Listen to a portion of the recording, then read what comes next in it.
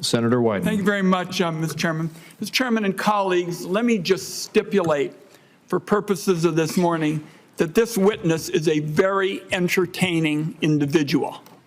That's not what is at issue this morning. What's at issue are the facts, and that's what I want to go through with you, Mr. Long. After leaving the Congress, you made $65,000 referring your friends to tax promoters who claimed that they acquired income tax credits issued to a Native American tribe and then sold these credits to investors. There's a problem. The IRS said in March that the credits do not exist. They're fake. They are a scam. Now you're asking to be put in charge of the IRS, and the IRS confirms that these aren't real. Tell the committee, do you believe these so-called tribal tax credits actually exist? Thank you for the question. My only involvement in this matter, like I've said numerous times in the written correspondences back and forth with members of the committee, was to connect interested friends of mine, not robocall, not paying kids $25 an hour to call, but just friends. If they had any interest, then I would say, do you want to get on a Zoom? And I was never on the Zoom. That's not my question. My question is, I'm sorry, I misunderstood. Do you believe that these so-called tribal tax credits actually exist? That's yes or no. I do.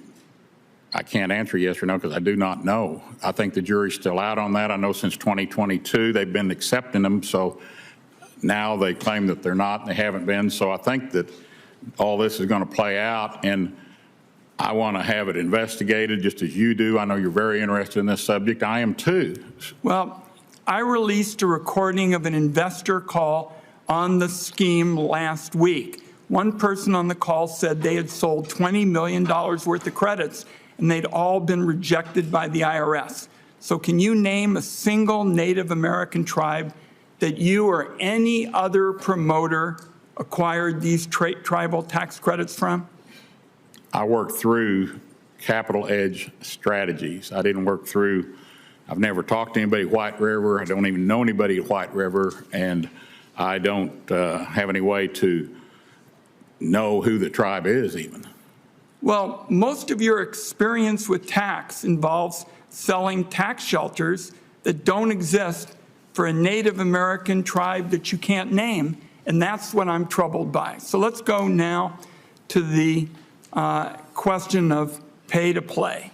In the past year, you made $65,000 referring clients to promoters of what appears to be this fraudulent tribal tax credit. The President announced your nomination on December 4th. Within a matter of weeks, that same tribal tax creditor group of promoters contributed $165,000 to your old campaign, even though you left office years ago.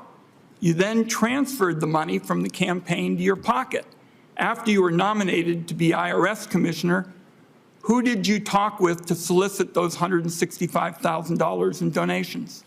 You know as well as I do that anytime you're dealing with the FEC, you have to follow FEC guidelines, and that's exactly what I did all the way through. I want to know who you talked with. You have to report these things, and it comes out exactly. If I thought something was wrong with it, I sure wouldn't. Congressman, money doesn't just fall out of the sky. You had to talk to somebody. So who did you talk to about the $165,000? And if it's relevant, did everyone that I talked to and everyone that I dealt with or didn't talk to was FEC compliant, sir. Can we get a list of those you talked to? I gave it all to I gave everything to the FEC. So the FEC, everything we did was compliant with their regulations. So you just expect us to believe that the money just fell out of the sky and it showed up in your campaign treasury? I just find that a little bit implausible. And let's go on to the next one, promoting the employee retention tax credit. We talked about your experience selling tribal tax credits, this gimmick.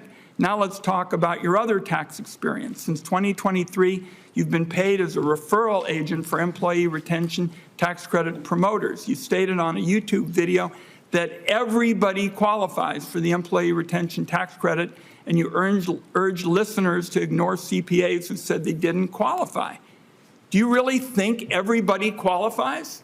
If you listen to that video, I hate to correct you, but I didn't say everyone qualifies. I said virtually everyone qualifies, meaning that most people, virtually most people, virtually is in there. I listened to it the other day to make sure.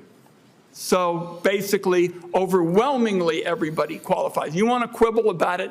I think this is wrong, and that's what I'm troubled by. You voted for it. I voted for it. We did it. I voted for it when we all, during the heart of the COVID period, were trying to take employers and employees and get them some help.